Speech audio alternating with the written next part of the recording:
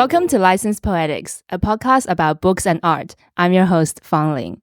And today we have a very exciting episode because I'm talking to an actor today, the first time on this podcast. And I also have here in the studio with me, Derek. You're all very familiar with him by this point. Yay. Woo! Am I the first actor? Yeah, you're the my first God. actor. Yeah, so we finally have someone charismatic on this Yeah, instead of I just know. like weirdos. Weirdo book nerds, writers, welcome. losers. You're very you know. welcome. No, I'm kidding. So excited to talk to you today about acting. Yeah, I'm excited to be here, guys. Yay! And we're still trying to figure out Derek's role in this podcast, but I'm very keen to invite him to I be... pitched Supreme Leader and it wasn't. It was turned down. Yeah, sorry, my lust for power would never allow that. Sorry. But basically, I enjoy recording with you so much, Derek, that I would love to talk to you every episode. Aw, warms my heart. Oh, okay. So, Derek, would you like to introduce our guests? Sure. Eva Chen is an actor known for Oakville Studios' short film The Deeper You Go and Mountain of Youth's Dreamlink. She regularly trains at Sydney Acting Studio and has a keen interest in improv. She also makes a tiny blurry feature in Marvel Shang-Chi and The Legend of the Ten Rings. Good luck trying to spot her. Yeah, very blurry. Oh my Very, God, very I blurry. cannot wait to talk to you about that. I'm know, talking it's to a really real not that Hollywood exciting actor. No, but I wasn't even acting, and I was just this was like before I wanted to do acting, and I was What in did you- uni, and I was like, oh, let's just get some cash. They were like looking for like Asian extras, and I was like, I'm Asian. So I went and I was like, can I like went to the like studio of the extras agency, and I was like, can I like be on Shang-Chi? And bless their hearts, they actually put me in there, but I'm like so blurry. Can you send us like a Please do. like a picture of? Oh my God, I'll like, try to look for it. yeah, Yeah, yeah, yeah. If you can Please find do. it, and Yeah. then like we'll just keep that as like the The thumbnail. The- The cover of this Yeah. episode, 100%. You won't even know though that that's me. 'cause That's the it's best so yeah. Well, I'll do it. Well, I'll find it. Let's do the reading update. But for my reading update today, it's going to be a bit all over the place because my life has been a bit all over the place recently. But reading is always like a place that I return to when life gets overwhelming. So I'm glad I have that. The biggest scandal is that I DNF'd a very popular book recently, and I'm going to talk about that today. The book is called Prophet Song by Paul Lynch. It won the Booker Prize, I think, last year, and it's a dystopian novel that many people have been talking about that I DNF'd, which means did not finish, at 38%. But before I kind of get into that, I will mention some films and TV shows because inspired by our last conversation, Derek, with Anya, we did a book club episode and they really inspired me to watch more films. So I watched The Handmaiden by Park Chan-Wook, which was highly recommended by Derek and which I really enjoyed. so good. I would say it's a subversion of erotic literature. It's set in Korea during the Japanese occupation of Korea. I also watched Wednesday on Netflix. The whole show. Yeah, the whole show. Have you seen it? I started like the first episode. I never really got that into it. Really? Yeah. I thought it was good because you know how I've been trying to write my novel, which is going to be a teenage story set in a school. Oh my is God, that that's one? so exciting. Yeah, but like it's so hard. I have no idea what I'm doing. So I've been trying to Like research teenagers? Yes, like through every means imaginable, like TV, books. Do you have Research any papers. teenage family? Like siblings, cousins? No, they're all either too young or too old. You should just watch, like, depends on how stereotypical you want the teenage experiences to be, but you Mhm. can just watch a bunch of John Hughes movies. Like, Who the F is John?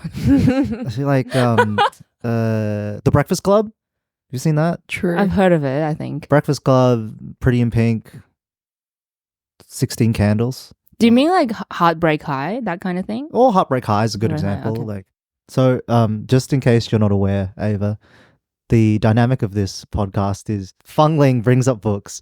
I say I've never read them. I bring up a movie. She says she's never watched them. And then it's going to be me going, I haven't read or seen that. Sorry, back onto your book. Yeah, but I think I should go back to explaining why I DNF'd Prophet Song. So, Prophet Song is a dystopian novel set in Ireland present day Ireland, where we know a far right political party has taken control of the country, and then they enacted this National Emergency Act that grants them basically unconstitutional powers to invade personal freedoms. And the main character, her name is Eilish. She's a suburban mother of 4, and her husband is part of a union leader, I think. The novel starts where the father just disappears for no reason, but everyone kind of knows that he was arrested because he was accused of being a trouble stirrer. And then, like, I thought the premise is really fascinating. Like, I love dystopian novels, but the writing style is just unreadable, insufferable. What is the style? Like, what? I have prepared an example. Yes. I read it for my book club, by the way. Shout out to Vivian, Adiba, Kate, and Rachel. And none of us liked the book. Those are the best book club. Yeah, I know. Well, I think Kate might have enjoyed it, but unfortunately she wasn't there for our discussion. The rest of us who were there all hated the book, and we all took like really big problems with the writing style. So it doesn't have line breaks. It has very unconventional paragraph breaks. So you know how dialogue normally starts, like one line of dialogue is like another paragraph. This book doesn't do that at all. And then it tries to be very atmospheric and focusing on the sensorial experience of Eilish, the main character. And I think the intention is to create a really like immersive and claustrophobic atmosphere, but it just completely fails to do that and just comes across as annoying and difficult to read. So here we have a scene where, you know, the father's disappeared, the 4 kids and their mother, Eilish, they're having pasta. And for some reason, just out of nowhere, right? The food arrives and the 2 kids fork mouthfuls of pasta without taking breath. See, that's a normal sentence, right? We know kids are eating pasta very quickly. And then out of nowhere is just this image of they eat like raving animals, Eilish thinks, their lips and teeth smeared with blood, thinking of the body's needs, that which tends towards nature satisfies the most, food, sex, violence, orgy, and release. About kids eating spaghetti? Exactly. Okay. Like my point is just the most like banal everyday action, and then injected in the middle is just the most jarring, out of place, like wild imagery in Eilish's head. But does it contribute to a character or something, or is it just like? It's always hard to explain this kind of thing like with just one line. But so instead of saying Eilish walks down the stairs, it'll say like the air of the dark room underneath greets up to meet her. Like, I think is meant to be more immersive, but actually does the opposite. Yeah, it's just super annoying. It's Yeah. like unnecessary viscera. Exactly. It's just like so annoying and unnecessary. yes, the wind, the blood that poured from the skies. It's like, bro, it's just rain. I don't know what you're talking about. Yeah, it is like that. And I've heard praise for this book where people say, you know, it's a good book because it teaches us that, you know, these refugees from these war-torn countries, because this family do end up as refugees. Yeah, it's meant to teach empathy to people that, you know, these refugees, they come from like real life circumstances and they're not just like monsters who arrive on your shore to take all your jobs. But then I'm like, it's set in the most like suburban setting imaginable. And then do we really need that to be taught empathy? Like, we really need to be taught that, oh, here's a middle-class white woman who watches her husband and her children disappear one by one. Like, we have to see dystopia invade into the suburbs to be taught that it's a real thing that we should be careful about it. That just seems kind of sad to me. But yes, that's my main critique of the book, the writing style. Do not recommend. If you think the premise is interesting and you are open to reading experimental writing style, maybe give it a shot. You will definitely find it in your local bookshop because it is all over the place right now. But you have been warned, okay? Okay, yeah, that's it for my reading update, or rant, I should say. I have been reading. Derek has a whole stack. I just have a stack because I don't read anything in proper order. I've made a fair dent into The Haunting of Hill House, which for some reason I put. Oh, The Haunting of Hill bookmarking. House. The I've read that bookmarking. one. It's kind of nice, but it's also very It's a bit slow, isn't it? It's really slow burn, especially at the beginning. It's only started to get good, which normally I would have dropped by now. But Mm. I kind of like the dynamic between the characters. They're like kind of fun and like so for a horror book, or it's like marketed as horror. A classic horror, yeah. The characters are really goofy. They're like Yeah, that's what I thought as well. they're like really like it's looking fun and goofy. They're like oh, let's roll around in the grass. Yeah, but it feels very much like oh, Jane Austen novel, but if like horror ensued. It's fun though. Like To be honest, I didn't really love it. really, I like that. I love the descriptions of the house. I did finish it. Yeah. I So did. I just love the descriptions of the house and like how creepy and the house is haunted itself. It's like that like shifting architect. We were talking about this. Yes, the shifting offline, architecture, yeah. We were talking about how in sci-fi there's like this trope of like shifting architecture that gives this existential horror feeling to whatever it is. There was some like nerdy anime example. I said Inception. Yeah, Inception is a good example of one, except that in Inception you kind of lose the It's a bit meta, you said? it's meta, so you lose the kind of tangibility of it. Yeah. Like I do think it's a great visual representation of the world falling apart when like the house is literally falling apart or like difficult to navigate. oh yeah, unpredictable. Like, where like they show up in like and then like the room suddenly gets smaller and like what the fuck happened? yeah. The other one is so I went to like a zine fair like last week or something or the week before, whenever it was, and I picked up one that's like it's called With Love and Labor, and it's basically about sex work and like sex as labor and all of this stuff. And it's like an essay that in between the essay, it's like broken up and there's like little footnotes or there's like quotes from other articles or there's like poems and stuff. That's all it is really, but it's really interesting. Have you finished it? Yeah. Can I borrow it? Yeah, 100%. It's really good. Yay. Okay. Yeah, I'll give it to you later. But Yay. yeah, it's just I don't know. Zines are cool. Zine fair. I've never been to a zine thing before. Are they expensive? Some of them are, but most of them aren't. Like it's just like it feels like you were talking about where like creative communities they just pass the same $5 around. That is like, 100% what happens. Yeah, like everyone's buying each other's stuff so that the same amount of money circulates in the same pool, and no one gets rich. and no one gets Love any it. money. Love it. But I guess that's what Yeah, it's communists good. do now. They make zines. That was one of the posters at the zine fair was like, this is what communists do now. They just make zines. I did not sign up for this level of honesty. So yeah, no, it was interesting. Yay. Okay. Is that any more books? No, that's basically it. Okay. I've one movie update. I watched The Hitman recently. If anyone's seen it, it's on Netflix. Who's that one with? It's Glenn Powell. Oh, that I've seen the like little pop-up ad, but I haven't watched it. You should watch it. It's great. It's good? It's basically about a hitman, a guy who he's like a lecturer or something on philosophy and psychology at like a uni, and part-time what he does is he works for the police doing like kind of tech support for guys who like pretend to be contract killers so that they can end up like convicting someone of attempted murder. Okay.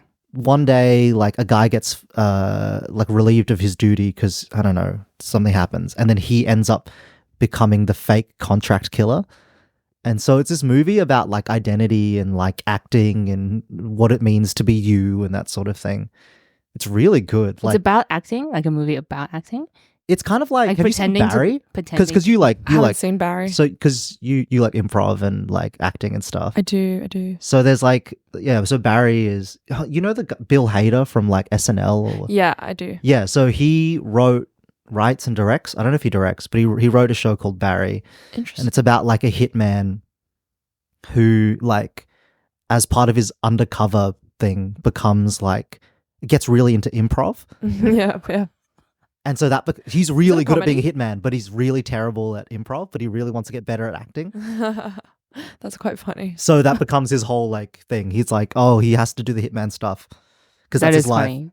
Yeah. Yeah. But all he really wants to do is be an actor. Okay, I feel like that's a good segue to the interview section. That is a funny plot though. Yeah, you should give it a watch. I should.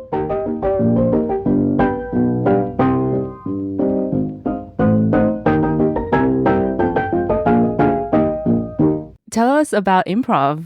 I'm so interested to hear that because I've seen one improv performance. It was like a comedy duo, and they kind of just, What was the name of them? I don't remember. That's okay. There's a lot. Yeah, and then they kind of that was my first time seeing anything like that because it's all obviously live, and then they just pick like the most random cue on stage, and then one of them kind of starts doing this like bending their torso backwards, and then the other one copies them, and then they kind of like just come up with a story on the spot and then commit to that. Wild. It's wild. I've been.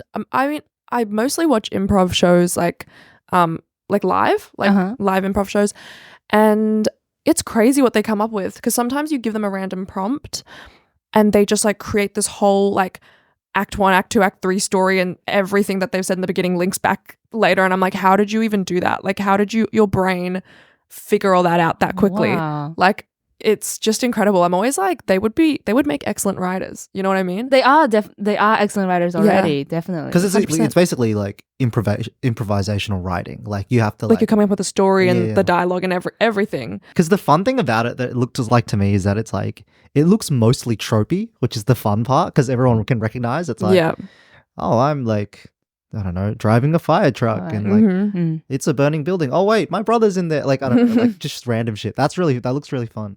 It is fun. I haven't done a lot of improv, but I took a few classes at like ITS, like the improv theater in Redfern, and it was like so much fun. And then we got to get involved in like a bit of improv at like, I can't remember the name of the place in Newtown. I think it's called like Cage Fight or something, like Improv Cage Fight.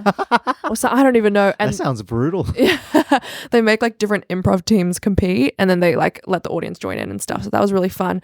But yeah, you use it a lot because like my favorite kind of like genre is comedy, and I think like improv you use a lot in comedy. Like I remember watching. Oh, definitely, yeah. Yeah, I remember watching New Girl, and I was searching up like because some of the lines I was like, there's no way that the writer came up with this. Like it's just so specific, and yeah, a lot of the actors are like, you know, they'll do a take of the scene where they say a script like line by line according to the script, and then they'll do a few takes also like chucking in improv, and then a lot of the improv actually makes it in. So I was like, oh, that's pretty cool.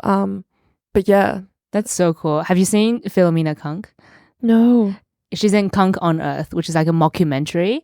And then she does these mock interviews where she asks real experts like really stupid questions. And I think a lot of that actually is improv because like the writer would give her like a really stupid question to ask, but then she has to riff off of the expert's real response and then come up with something on the spot. So there's a lot of like improv and like comedic timing in there. Yeah. And I think that all comes from the actor Philomena Kunk. Her name's Diane Morgan. I think she's done years of stand-up comedy as well. I believe some improv. yeah, 100%. I love stand-up comedy as well. Like, I mean, I've always wanted to do it, but I haven't. But I have, because my worst fear is that like I'll get up and no one will laugh, and then I will want to die. Like I will be like, But don't you okay. have the same fear in improv as well? Yes and no, because I feel like with improv there's less expectation to be funny, and because like everyone knows you're making it up on the spot, you get a little bit of like a bit of leeway Yeah. to fuck up. But stand-up comedy also, like usually with improv there's like multiple people as well. Whereas So you like can share in how like if this goes Yeah. badly, you could be like, well, it was us as a team. yeah, it was you, it wasn't me. But like yeah, stand-up comedy, like I've seen some really good stuff though in Australia and in Sydney. Like there was this one guy, and he did like a stand-up bit. I wish I remembered his name, but it was all about shrooms, like magic mushrooms. Okay. Such a funny like piece. Like I don't know, whatever you call it, but like it was Where such did you a funny see it? show. Oh, it was at, I feel like it was at the beer garden in Alexandria, but I could be wrong. It was at one of the Okay. nice little garden Yeah, bar places in right. Alexandria. But yeah, really, really good shows. Have you guys watched much? I've seen. I was just gonna say. So I was really funny because the two notable stand-up comedy like routines that I've seen, There's one where it was one where I forget the name. He's like quite prominent. I've seen him on like TV and stuff before. I don't remember his name though. But he like went on stage, and some drunk girl in the front of the audience was like, "Baby Reindeer," like you know that like that like Netflix show. I've seen it. I've seen one show now. So basically he went up and like this girl yelled out "Baby Reindeer." She's like, he was like, "What?" And then he basically didn't do any of his set material. His whole act, like his whole like 5 minutes or whatever it was, like 10 minutes, was just making jokes about how that girl thought that he was on Baby Reindeer. So good. Wow. And it was hilarious. And and I have no idea whether it was like, I don't know why it was so funny, but it was the funniest thing ever. He didn't say what, he was like, he didn't end up saying one until the final joke. He was like, all right, I should use at least one of the jokes or whatever. Wow. And then he just couldn't do it. And he was like, all right, Baby Reindeer. And then that ended up being funny as well, I think. And then I want to watch that now. And I saw the opposite of that, which was like, now I feel bad talking about it because it's like a real person. But like, what do you mean? this comedian, You're like, complimenting them, right? no, this is going to be bad. We can decide whether to leave this in. She basically came up on stage and so her like shtick is that she's the world's first like hot female comedian or something. That was her shtick. Like that was the joke. Okay. So obviously it's meant to be a bit like tongue in cheek, like self-referential. She went on board. She went up. She started doing it. No laughs. Oh. Like none. Yikes. And then she kept bombing, and she kept bombing. And by the end, she was like, "You guys understand this is a character, right? Oh my God, you guys are not funny." And it was like, oh God, this is just getting worse and worse. That's my toes are curling at the secondhand embarrassment. It was really like, I was like, ooh. This just makes everybody And you watch awkward. this live? I saw it live. Oh no. It was like whatever her shtick was, she leaned into it too hard. Like, because I went online afterwards. I was like, I got to give her a chance. She can't be this bad. And so I saw her Melbourne show, and it was like, oh, she did pretty well. Like, I wasn't the right crowd. I think they were a bit older. They were like, what, does she think she's hot? Like, it was just a weird vibe. It just wasn't the right vibe, I think. I feel bad for her. Her name is, I don't remember her name. But that's the thing, though. I wanted to talk about it. Do you feel like you have to be like an outgoing person to be a comedian? A lot of actor? comedians, No, I don't think so. A lot of comedians that I know are weird and like awkward, and they're always on, and they're like always making jokes. Like very witty. Very annoying. Yeah. To be around sometimes. But then it's like it's still getting up in front of a crowd and receiving all the attention. Yeah, but you're also not yourself, right? Like it's not like, yeah, like I don't know how it feels like with acting. Maybe you'd have a bit more experience. Oh, definitely. Well, I did my first interview ever where I was interviewing someone. Like I was interviewing them as my human self, and I was so shy. And I'm not usually a shy person, but it's really hard to be yourself and not get direction. But when you're acting, like everything's there for you. There's not much, like it's all, like the script's there, the director's there, the camera's that, like, exactly where to look and not to look, exactly what actions, the blocking's there. So like, I mean, actors actually have probably like the least autonomy, but at the same time, like you are a character, you're not yourself. So, your character could be completely racist, but you're like, it's fine because I'm not racist, but I feel like, yeah, stand-up comedy probably the same. It's somewhat a character, but I don't think all actors are super outgoing. Like there are really shy actors because at the end of the day, like when they cast you for a character or a role, they want authenticity. And so if you're naturally like quite shy, like you're authentic to a shy character, they'll work with you to make sure you can, you know what I mean? You're comfortable to play that character. I don't know. Does that make sense? Yeah. It does. Yeah. I think you're right. Yeah. You're not yourself when you're pretending. Yeah. You're and visually pretending to be someone else. Yeah. And if you think about like, different roles and characters and movies and whatnot, like they're a reflection of real life. And in real life, there are shy people. And like someone who's really extroverted, like might actually struggle to play someone shy because naturally they're just not, So, yeah. Yeah. I wanted to talk about Ava's reading. when we met for the first time. So we met at a reading event. Oh my God, yeah. Yeah, where I got to read my piece, but Ava was invited to read someone else's piece because the writer couldn't be there that day. And you did such a good job reading. Really? Like it was just the most subtle thing, I think, but it definitely shows your experience as an actor. Oh my God, that was my first ever paid acting job. ever. So I That's awesome. I actually didn't start acting very long ago. So only like, what year is it? It's like 2024 at the end of 2022. So like not even 2 years yet, or maybe almost 2 years. But that was my first paid job. And I was literally shitting bricks beforehand. Like, I was so scared. Well. You were doing so well. So in contrast, right, everyone else who read that day, including me, were writers. Eva was the only actor.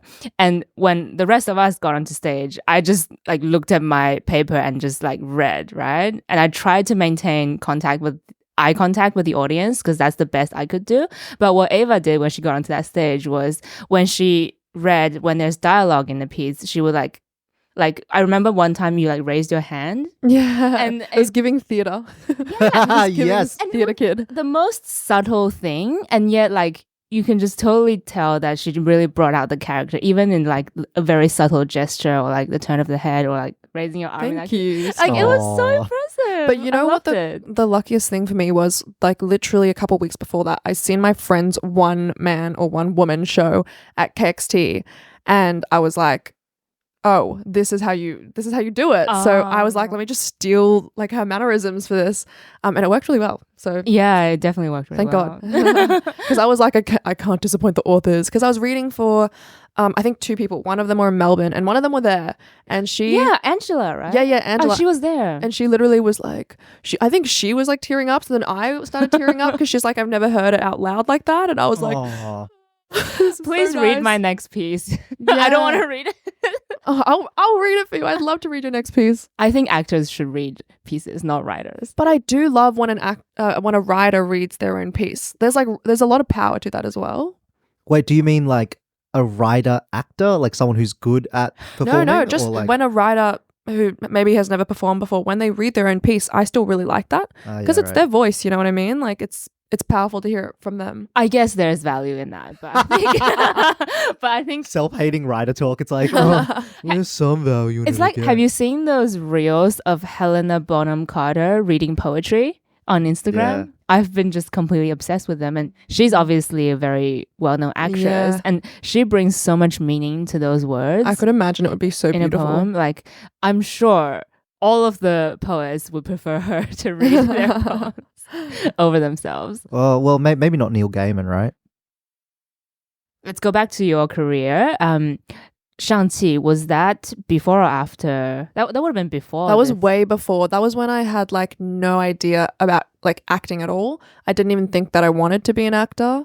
Like, I mean, I always kind of did when I was growing up. Like, you know, me and my sister would make little like at home like videos, and we would set our room up and like put a mattress up, and that would be backstage, and then we'd run behind the mattress, and then we'd come out and perform it to each other and on like the little video cameras.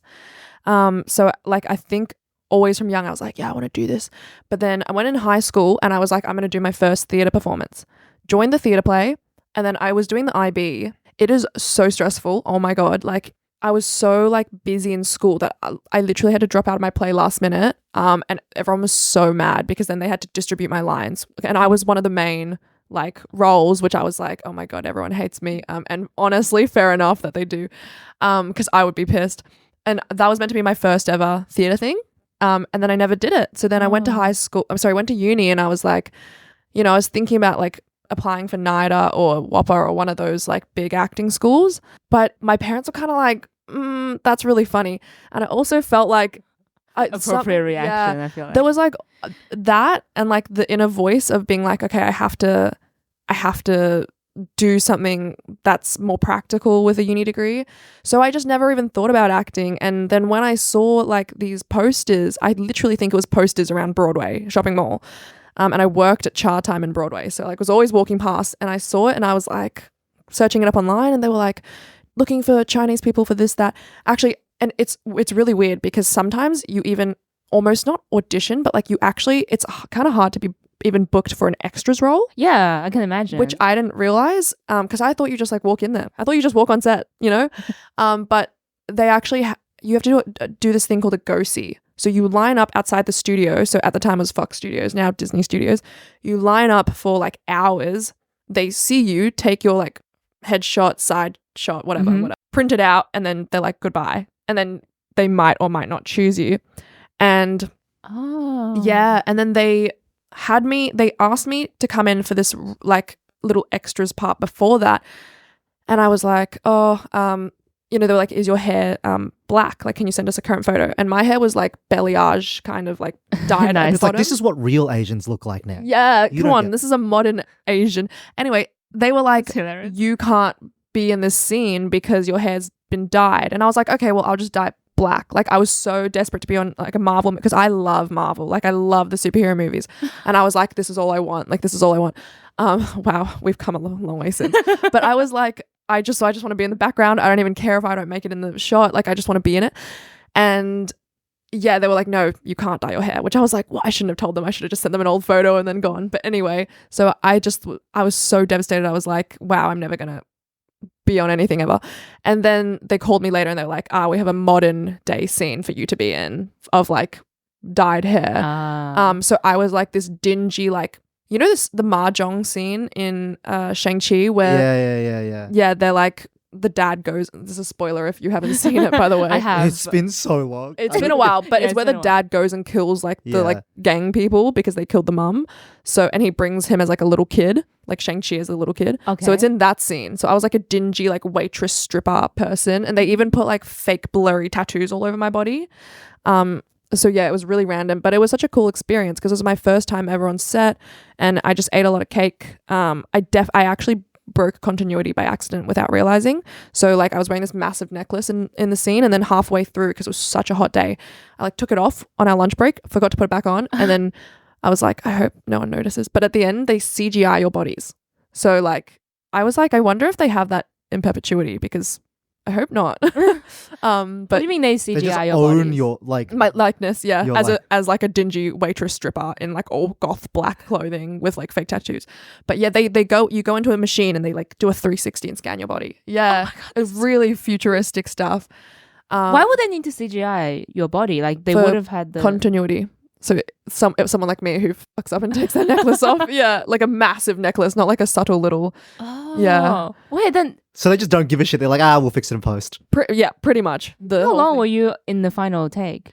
How long was I actually in the movie? Yeah. Oh, like 0.3 seconds, if even, blurry. But then, like, I can't believe they took the trouble to fix the continuity in that. Oh yeah, No, it's 'cause a they have huge to. production. Well, I didn't realize that. I mean, I think they shot 9 seconds of a scene that day, and that's just how movies work. Like Yeah, big yeah. budget Hollywood movies, they'll literally shoot like 5 seconds a day, 10 seconds a day, because it takes so long. Like there was a whole mahjong table with like cups, ice cubes, decks of cards, and they have to reset it every single time they do an action Oh. thing. Like every card has to be in the same spot, every ice cube has to be in the same spot, Oh my like the fake God. ice cubes. But yeah, that was my first, like, I guess, exposure to being on set, and I was like, this is crazy.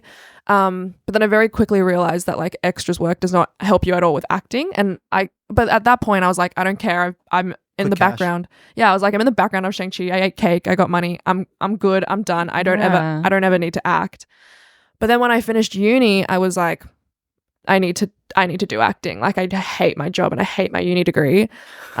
So like it's like I just couldn't. Everyone was like, "Oh, well, what would you want to do if acting doesn't work out?" But I'm like, I just couldn't imagine doing anything else. I don't want to do anything else. Like if acting didn't work out, I would just die. Like I would just do nothing. Like I mean, I wouldn't, Aw. but like I would probably just keep going, like until I get booked at 90 years old, you know, for a job, because there's not enough 90-year-old Asian women, so they have to book me by then. Yeah, Michelle You're Yeoh will like- be dead by now. Yeah, Michelle Yeoh won't be around then, so it'll be me. That's so good. It's like, oh yeah, I already know who I'm gonna be when she goes.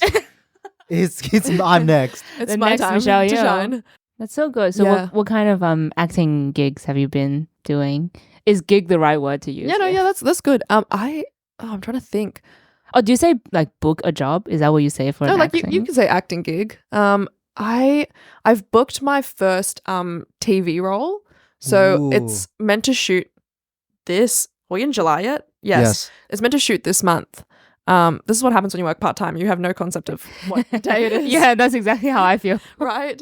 But yeah, I booked my first TV gig. It's a really small role. In fact, it was a whole, I'm not allowed to actually talk about at all like what the role is, because I had to sign an NDA, which was the first time I got to sign like a Is it an proper NDA. Australian production? It's an American production that's in Australia. There's a lot more of those now, right? Yeah, there's a few of them. I've there been was seeing like, that. yeah, you go. Is it because the studio is cheaper here? Is I that why think they book? There's something that the government does to It's tax subsidize incentives. shooting. There's a lot of in tax Australia. incentives and stuff. Yeah, that's good, yeah, I guess. Yeah. because they want to bring more like, I guess, creative work to Australia.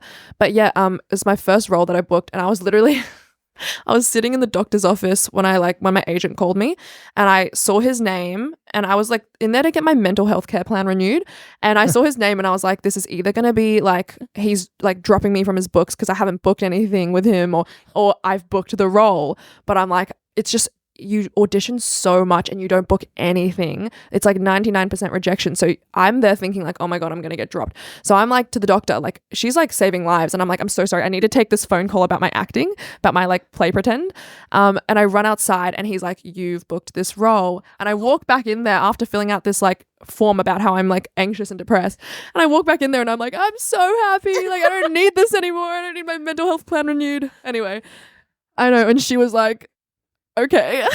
How many actors do you reckon like that's happened to? Like so often, just like every one of them. I bet. they're just like all on mental health plans, and like Oh, anytime definitely. they get booked, they're like, fuck this shit. I'm I'm fine. fucking phenomenal. Yeah, no, but it's really hard because like you're just. I would love to learn about auditions. What are some auditions that? How do you hear about them? What do you do to prepare for them? Like, what's the process? Yeah, so pretty much how it works is you just get the brief through your agent, and then depending on what the brief is, if it's commercial or TV. So for commercials, like I actually, and I probably shouldn't say this, but I probably don't do enough work for them. Like I don't prep for commercials very much, and it's very silly of me because I think it's just more, I don't care whether I'm in a commercial or not, like because I'm very lucky to have my corporate job that I'm not stressed about finances. Like, would it be nice to have an extra $5,000, $10,000 from a commercial? Yeah, that would be fantastic. But Do they pay that much? oh, they can pay. I've seen a $32,000 commercial. They pay super, super well. And so, yeah, I was kind of like, whenever I get a commercial audition, I'm like, I don't care. I don't care if I'm in a toothpaste commercial. Anyway, we can put that one in. But yeah, when it comes to like TV roles, I'm like, I will do so much that I'm like torturing myself. Like, recently I had an audition for a series regular, and it was for a pretty good show about like kind of like women empowerment, but it was funny. It was like almost a funny office women empowerment kind of show. I don't know if I can say which one, but like it's an Australian show as well, and the script is funny. Like it is funny. It's very modern, and that's like what I love is like modern humor. So you're like a sitcom person? Because Derek is. I like watching sitcoms. Like New Girl, Community. Yes. Okay. The Office. Yeah. Love sitcoms. Parks and Recs. Yeah, definitely.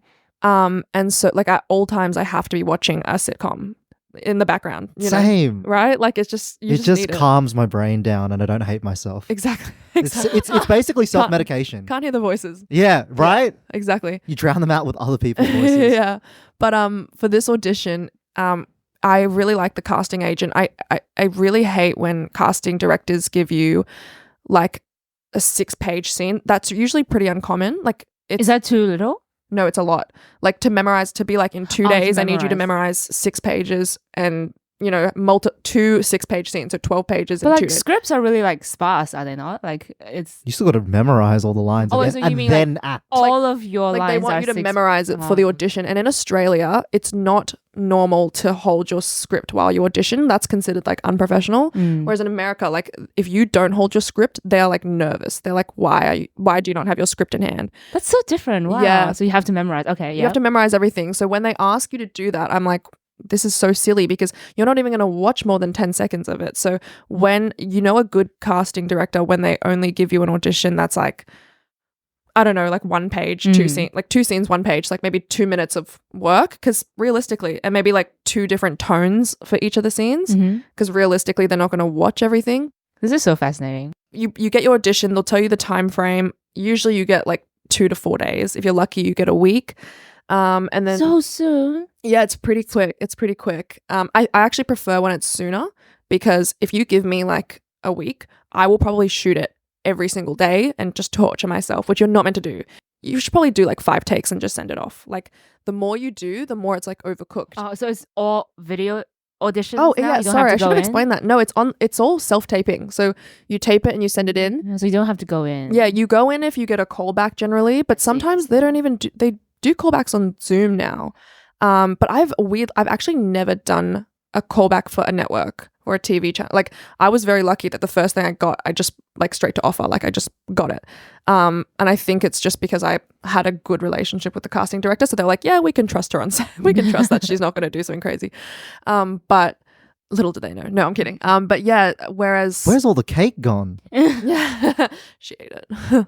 Yes, it's mostly self-taping. I've been in person for like the first time, one time. It's quite rare that for the first take they'll be like, just come in person. And it was really scary. It was really, really scary. I literally walked in and I was like, hi, like, I'm Eva, like it's nice to meet.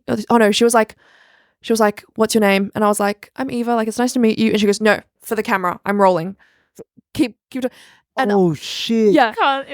And I was my like, God. I was like, like Eva, represented by blah blah blah, like and then she goes straight into the take, go, and I'm like, Oh, blah, blah, blah. and when they're just looking at you like that, It was I so can't scary. imagine. and they're just like, "Ugh, unprofessional. I can't Yeah. imagine. That's And terrifying. You can't really like talk to them. Like they don't want to hear about your dinner. Like they are because their time is money, yeah, right? Like you they're have trying 15 minutes maximum, but they don't want to hit that 15-minute mark. Like they want to take a 5-minute break between each one. So like you are going quick and obviously like, yeah, casting directors, some of them are previously actors, so it's quite good to understand. read with them, but some of them aren't. Like some and of them they do not give a shit. no, so they might just give you like a really dry read. So but that's why, self-taping is good because you get to pick your own reader, but it's also got like some like bad sides to it. Like the bad part is like sometimes casting directors aren't going to pick carefully who they audition. They're just going to give it to so for example, like I got a brief once for a 15-year-old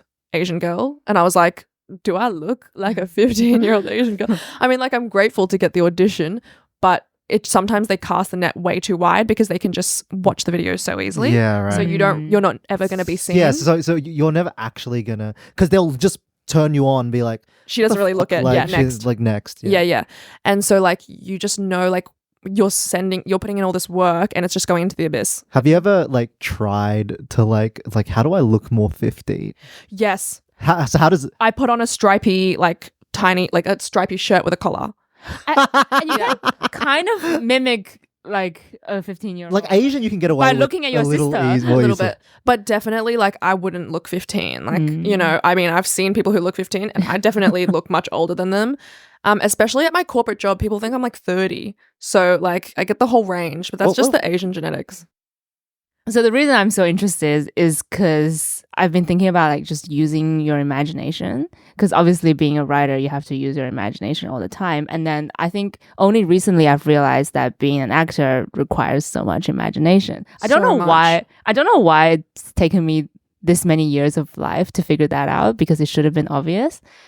Like one thing you learn a lot about in acting is like good dialogue and good character work. Yeah. And so like a lot of writers are really great at like structuring their story and coming up with like a world, but then like maybe the relationship between the characters is not as strong, or like It doesn't make sense. or the character itself isn't as strong, or the dialogue's just not as strong. But yeah, that's like the one thing I've seen. Whereas like if you get an actor to write a story, it will have no structure and it'll not make sense, but you will have great characters who have great relationships. So That's a great point. And I think right now for my novel, I'm struggling on both fronts. I have seen this thing of like I can't remember who it was. I think it was like the guy who wrote True Detective was talking about how when he writes, and he writes for script because he's a screenwriter as well.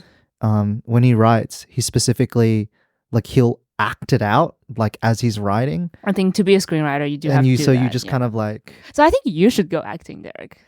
yeah, come to a class. Hey, So let's fun. go together. I genuinely would. Yeah, I you don't- should both come. Not a class, but we can go watch improv and stuff like that. No, we will do an improv. Oh, class. no, they do. Sometimes they book the space here. There's this group called Philo Talk. Have you ever heard of them? Are they philo? Yeah, they're a Filipino improv group. They're so fucking funny. And they will sometimes do open jams, and they like where everyone can come. It's like really inclusive. Because some of the culture in Sydney is like with especially film and TV, it's very like shut out. I don't know how to say this without like being politically incorrect. It can exclude a lot of like people from the West, and it can exclude a lot of diversity, and that's just because of like old money, beachy Bondi vibes. Do you know what I mean? And we don't feel that way because I'm from Bankstown. So like, yeah, that's one big thing I noticed when I started, and this like improv group is like so about you go. And they're philo, so they're from the West. Okay, yeah. Do you want to talk about method acting? Do you think that's stupid or do you think that's valid? Method acting? Oh, I don't know. I'm really like in two minds about it because like on one hand I'm like, have you ever tried just like acting? You know, like surely just do it and just pretend. Like it is pretend. I mean, it's not pretend, like, but it is.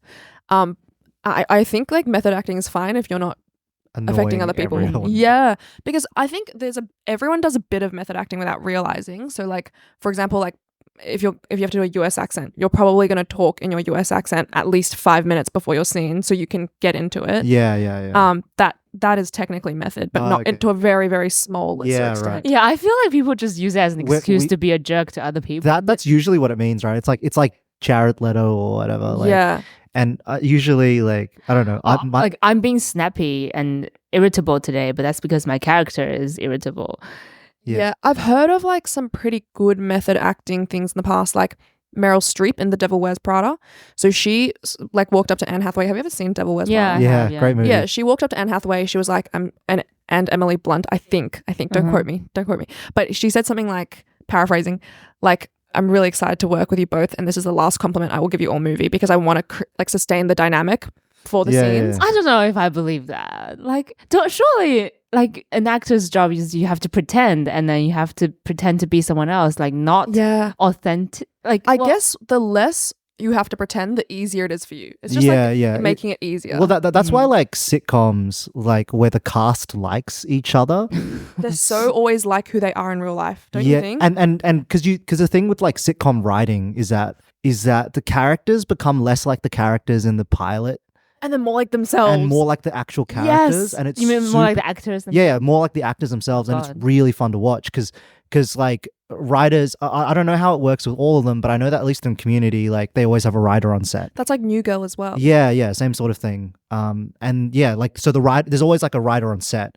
And so the writers like watch the actors, you know, partly for like script supervising kind of purposes, but also like just to make sure they actually start like learning more about the actors, and the more they learn about the actors, the more they watch the episodes, the more they edit, the more they start to write the characters, the points of similarity, and then they'll even put in like inside jokes. About characters. Because like most comedy, I assume that a lot of like sitcom actors there'd be lots of comedians as well, or like comedy specific. Yeah. And so they just have bits that they do backstage, and then, you know, like a writer's there and they're like, oh, that's great, write that into 100%. I think that sounds really fun, but don't you think it's a bit risky? Like in the end, like you don't know if you're playing someone or you just are someone. There's a great Charlie Kaufman movie about that. Send me the name.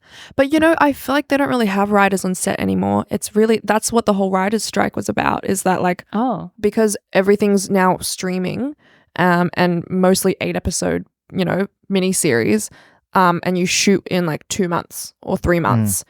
Like, I mean, with sitcoms back in the day, it was like 24 episodes, 26 episodes. Yeah, well, like yeah, you 50, shoot in 1 year. That's wild. So you shoot in 1 year, so they can afford to, and there was ads, so they were earning much more money. Well, I guess they're still earning a lot of money now, but it's different. Like the model's different for streaming. So they would make a lot of, you know, they would have on-set writers because they could afford that, and they would work all year. So writers had somewhat like a more sustainable job, and instead of finding, you know, 4 jobs a year, they're looking for 1. Yeah. So now it's like really, really different. So they don't really have on-set writers anymore, which is a bit sad. Yeah. And series rarely go for more than a season nowadays. So I've got like this, I really like, True Detective is one of my favorite shows. But the problem with the thing I didn't like about it is that it really established this, I think it really set up that 8-episode like structure, because everyone was like, oh, it's like a hero's journey, and then there's like 4 quadrants, and then each of the 2, like whatever, like you can break it down so easily. Yeah. And then, but instead of becoming like each episode itself is a complete arc, it gets these like, you get these weird episodes of shows that are like, there's no climax and you're like, what the fuck? Like, why was that? It's just setting up or something. I hate that. Like, I really. So do you think each episode should stand on its own? Yeah, kind of? like for comedy, it should, right? Like the appeal of like a sitcom Yeah, or it's like something. a little short film. Yeah, it's like, and every week you come back and it's the same characters doing different stuff, and it's Yeah. like, oh look, it's like a family, but one that I like. Like it's just. Yeah, and you can have like an overarching kind of plot, Yeah. but each episode is self-contained enough Yeah, that yeah, you can watch it. and it feels more like real life, right? Like people are like, because that's the fantasy. The fantasy of a sitcom is like, oh look, These are my friends. these are my friends. Like, And everything is resolved at the end of yeah, the 20 everything. minutes. Look, and they're like, they just apologize. Then there's a big hug. Whereas in like in your real life, you're like texting your friend an apology, and they're like blocked you, and you're like, oh, Yeah. fucking shit. My favorite thing about like reading about Community was like the writers would just write like, and then Donald Glover says something really funny, and so he just improvs. Like, that's a great, like, can you imagine how That's much so they good. trust you to be like, That's so good. yeah, just say something Honestly, funny. I just really admire the very collaborative nature of filmmaking and TV making. I don't- just because in novel writing there is none of that, at least in the beginning. Yeah, you just scream at Because it's just in a yourself. room. Yeah. It sucks. It really sucks. I would much rather like work with people and like have people that can bounce ideas, like people I You can would be trust surprised enough. though, because sometimes it's really hard to work with other people. I'm sure it is. I Yeah. know, but like I it's just, saw some like a group recently like just fall apart because of creative differences, which I always thought was like not real, but it's real. Like it's actually a thing. You have to find really, really like-minded people, or else it is going to go to shit. Like, you know, and you have to See have how long quite this lasts. you have to have quite distinct roles as well. Like you can't everyone just be like, we're all the producers, you know, like we're all the that's why we have directors. to figure out a title for you, Derek. No, but She's that's like, the I want thing. structure. Every time I see like a good film, which I have been watching more films lately, it's like I can see so clearly that it's the product of many people coming together to create this thing. I can see the costume people Yeah. at work, the writers at work, the actors at work, It and is even very the direction. beautiful. Like, I think everything I admire is a result of good teamwork, and I think that's beautiful, and I wish I had that. There's 100%. there's like definitely like, maybe because it's someone who loves TV so much, I don't know, have like fantasies about so many things, but like definitely one of the ones to specify non-sexual. But like my point being, like the fantasy that I like always hold is like the fantasy of the writer's room. Like, Yeah. Exactly, that even something seems- like I that. would love to be in a writer's room. It's That- I would so love good to be writers' room. because everyone's brains are just so brilliant. Yeah. You know? And just wait, I wanted to touch on that point again where you were saying like when you see, you know, the costume designer, the director, everyone, this, that, like everyone brings their own thing to create this magical, Yeah. you know, end product. I actually fully think that if you are like a very controlling person, that there's like no space for you in the creative industry. Like you will not do well. I feel like that's something that people don't understand, especially like new actors, when they're really like, I want this scene and it has to go the way that I imagined in my head. But it's like, okay, what about when you get in front of your reader or your partner in the scene, if you're actually on set, Yeah. and they say a line to you completely, like, okay, let's just make up something arbitrary. Imagine you said like, hi, and then the other actors like delivers it like, hi. Like imagine if in your head you saw them going hi, and then it's like your next line, if it's gonna be like, oh, if they're going hi, you're gonna be like, oh, how are you? Like it's awkward. But if you've planned that they're happy about it and you go, how are you? Like it's not gonna make any sense. Yeah. I don't know if that was a very long-winded No, I explanation. completely No, understand. that you makes you sense. can't be like controlling. Yeah, in that especially way. directors as well. Like obviously directors need a little bit more, they get a bit more say because they need to make the final direction and pick like the final decisions. But if you like ever go into making a project as someone creative and think it's going to end up exactly how I see it in my head, like you are so wrong. Like it No. will never ever be, because no one can see what's in your head. So like all you can get is like the collaboration of you and someone else. Yeah. Yeah, and like also it's like, why did you bring other creatives on if you didn't Don't want give to them value the room. if You you can- don't value their creativity? You can definitely see it in like people who like, and if you watch a lot of TV, you can kind of track it, and like if you can, because there's like great writers, I think, and then I watch their interviews or like writer directors, and I see it, and I'm like, oh, you've got like too much control, and then like lo and behold, like you're like, oh, how come they got like this? Their project on this got cancelled, or like their contract didn't get renewed. I'm like, that's my guess. Like 100%. they're just like not like, because you have to be if not likable, you have to be like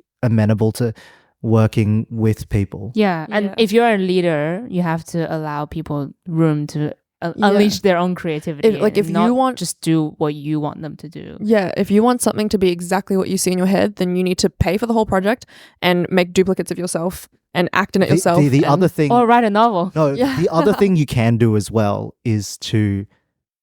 So I think this is the thing about Ridley Scott. I think Ridley Scott, Yeah. I bet, is a really controlling director, but he also he also makes things always on time and under budget.